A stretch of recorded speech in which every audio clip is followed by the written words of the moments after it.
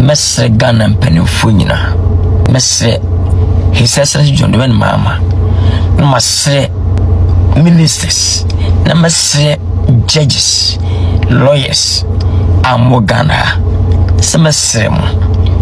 ne ma bi koso eya ebusia we de eka aba no me no ka say Kojo Nkansah win na so eya yehie pa ewo mu say 10,000 Ghana cedis bia na enye sika bia ma no nenso betimi de aso na ade so e de aya ade obeka say February 2024 Martha Nkoma edele win equal court enam ensem bi okotena TikTok ekafa ne ho didi na tempoto Martha Nkoma ade akomorufo no mo stalling musini nyina anya comment no munyansem bia ewo kumoru movie ni ma meba betwesini ewo kumasi idiot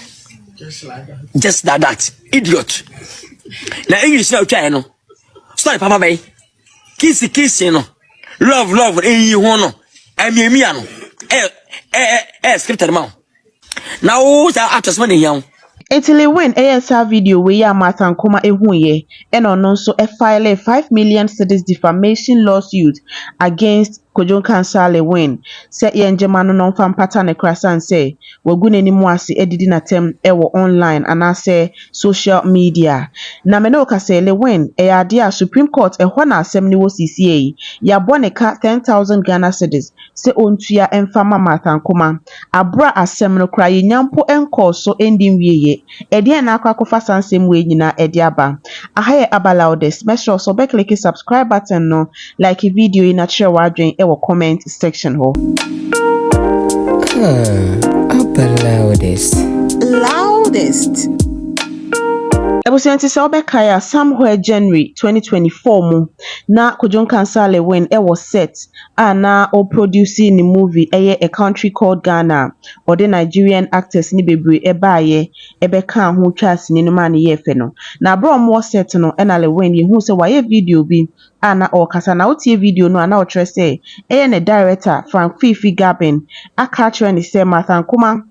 o friend se nko ne ba be ye adwuma enso Martha Nkoma ka kire ni say Kumawood movies ni de bebre na no stories no ensisi so ebi wo hono ma wonhu ni ti wonhu ne nan enintaya na onhu de enti e wo se movie bi sa no ode ne ho ekohyem anya le wende asem no se yampa sen yampa ene ne wo so camera ene de nya asem ketwa o so si Martha Nkoma so enso hwe wo akase hwe men kase pete me so big that table kumasi Frank Fifi Gabin was the last time I got free actress in Bako Oba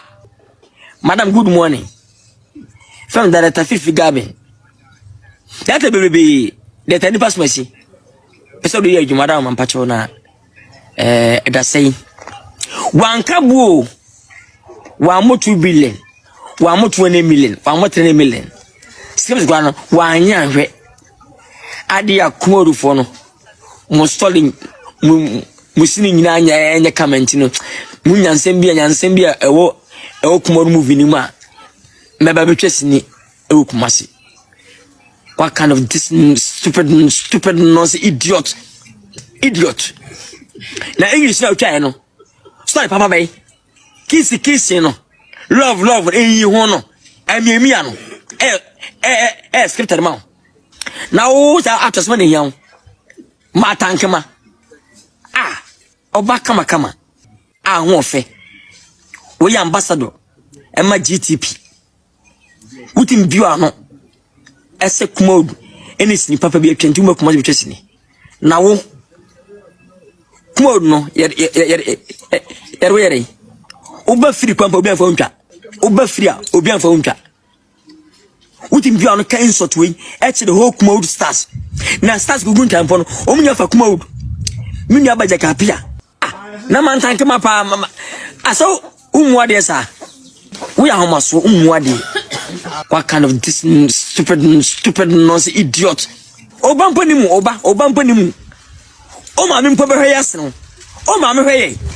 It is the same way anya Ghana for the enkofo dodo na condemn ye sele win wanka say ye ene obi atutu bi mane ne pass nka ompa achew nanso wanfi esan se asem na anya ye sister Penny Martha Nkoma denti ono nso e de kodan court of file 5 million cedis defamation lawsuit against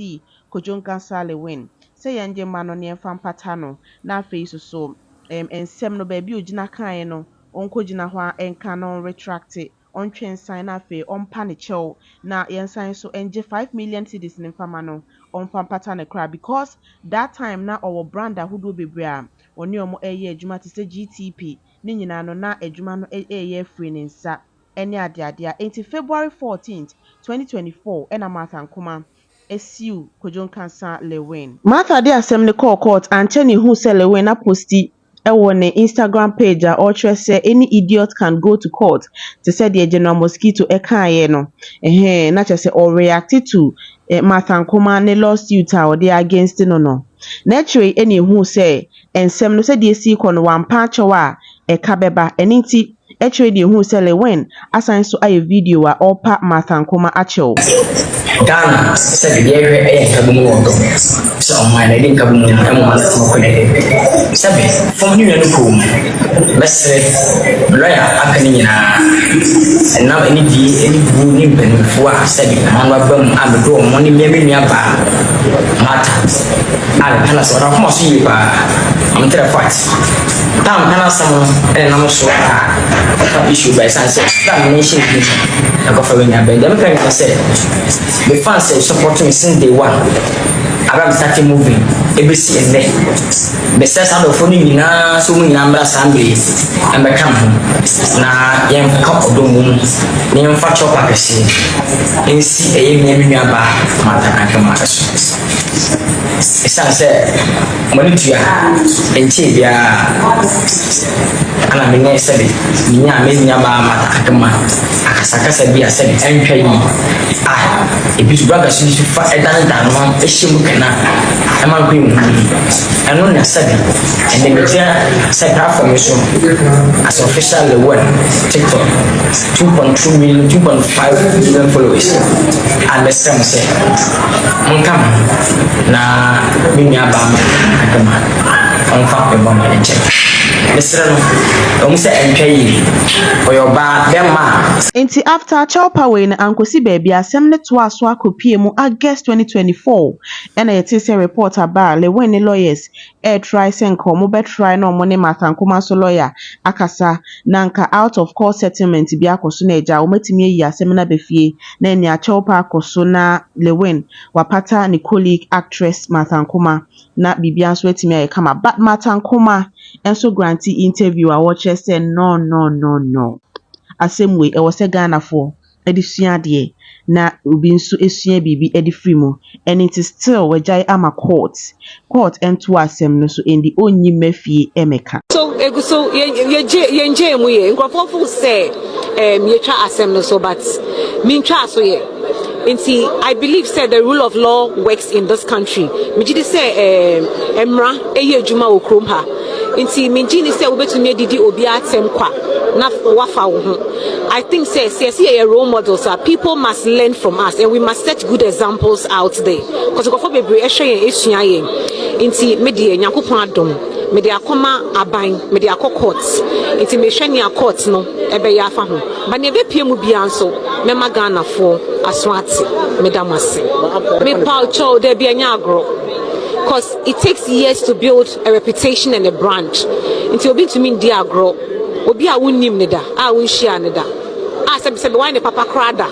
na so hu da na so why ne papa da ontumi endi watem enka se odi agro nti enya agro eye bibia obi anim se enya agro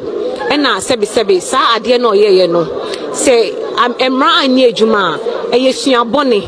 a sebe nkrofo mu follow ye befo say obi abetumi didi obi atem I get away with it. I don't think say e was say entina o man musa I was saying set good examples because we have the young people coming after us and they are the future leaders of this country. Bibia ebeye bia no omo besua nti obibia ye nche omo ni amapa na omo so ni amapa na omo fembu Ghana na Ghana nye den o man papa medase so power to say personal family me Paul Chow asem ne wo courts nti courts ene bedi asem no medase enti abusua edidimu na Lewin ene ne lawyers ede kodan court se Martha still la no asem no onyi mfie dia otikuma ase ena asem no nso e wa Accra ɛno nti yɛnyim fambra Kumasi court sɛ de bɛyɛ obetimi enya adagye de aba ɛnte saa de a nneɛma ɛbɛyɛ basa de ama no ɛnso court tena ase hwɛ asɛm no mu din no yɛmfi no ɛne yɛ dismiss ne nsɛm no yɛbɔɔ n'ano ɛto gu yɛsɛ still asɛm no yɛbɛkɔ so adi ɛwɔ nkran but last year 1st April 2025 ɛna nke wɔsɛ Lewin ɛkɔ court nanso ɔmo kɔɔyɛ no wankɔ bi ne lawyer nso ama ɛna court etu asɛm no ɛde hyɛ ɛyɛ ɛnɛ 1st April 2026 ɔmo kɔpie mu asɛm no me ne wo kasa yi ɛwɔ Supreme Court o Martha n'ani abere yie paa enti na ɔmo kɔpie mu ɛwɔ court yɛhwɛ anim sɛ Lewin ɛbɛba wama ne lawyer nso bɛba obia ama ɛhɔ ɛna Supreme Court judge ɛwɔ ti asɛm no so se na nkrofo wei half a ɔmo bu yɛ sɛ Martha na wo colleague saa na ɔte ɔde w'anim ayɛ fam dodo wo lorry fare wa spende te sɛ wo kɔba